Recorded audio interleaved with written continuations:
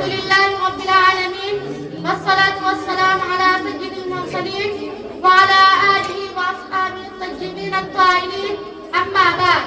قال الله تعالى أعوذ بالله من الشيطان الرجيم بسم الله الرحمن الرحيم وما أرسلناك إلا رحمة للعالمين صدق الله العظيم محترم حضرات سامعین کرام امام الانبیاء فخر رسول مدنی آقا تاجدار مدینہ دو عالم صلی اللہ علیہ وسلم کی سیرت مقدسہ کو بیان کرنا مجھ جیسے ادنا طالب علم کی بس کی بات کہا لیکن اپنے بڑوں کے حکم کی تعمیل میں آپ کے سامنے آ گئی ہوں اور امید کرتی ہوں آپ میری غلطیوں کو نظر انداز فرمائیں گے امام الانبیاء فخر رسول مدنی آقا تاجدار مدینہ دو عالم صلی اللہ علیہ وسلم کو رب ذوالجلال نے اس سرزمین پر مجسمہ رحمت بنا کر بھیجا آپ سارے عالم کے انسانوں کے ساتھ جس حسن و اخلاق سے پیش آئے اس کا اعتراف سبھی کو ہے آپ کی زندگی کا ہر گوشہ دنیا کے سامنے ہے دنیا کے کسی بھی انسان میں اتنی متضاد کبھی گھٹنا نہیں ہوئی جتنی کہ آپ صلی اللہ علیہ وسلم کی ذات اقدس میں ہوئی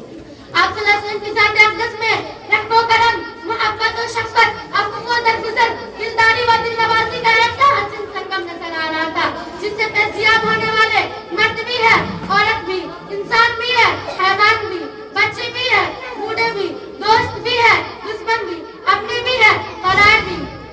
عزیزہ و اقربا اور اجنبی بھی ہمارے آقا و مولا صلی اللہ علیہ وسلم کا جب یہ حال ہے تو ہم بچے کیوں نہ کر محروم رہ جاتے آپ کی ذات اقدس سے فیضیاب نہ ہوتے آپ کی شفقت کا یہ عالم ہے کہ اونٹ آپ کی قدم بوسی کر کے رحم و رافت کا طلبگار ہوتا اور آپ اس کی داد نصیب فرماتے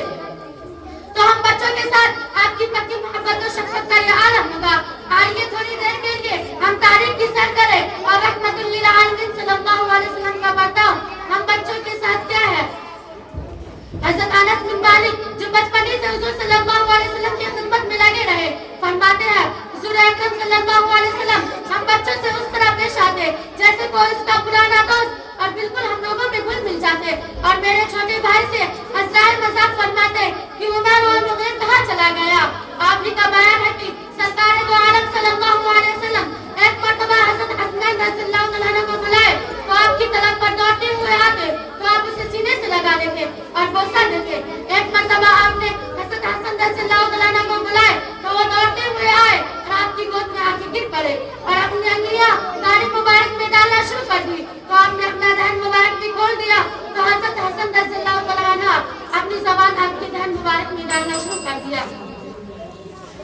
حضرت عائشہ صدیقہ رضی اللہ عنہ فرماتے ہیں کہ مدنی آقا صلی اللہ علیہ وسلم ایک مرتبہ ایک بچے کو گود میں لیے ہوئے تھے اس نے آپ کے جسم اطہر پر پیشاب کر دیا آپ نے پانی منگا کر کپڑوں اور جسم اطہر کو پاک کیا وما علینا الا البلاغ السلام علیکم ورحمۃ اللہ وبرکاتہ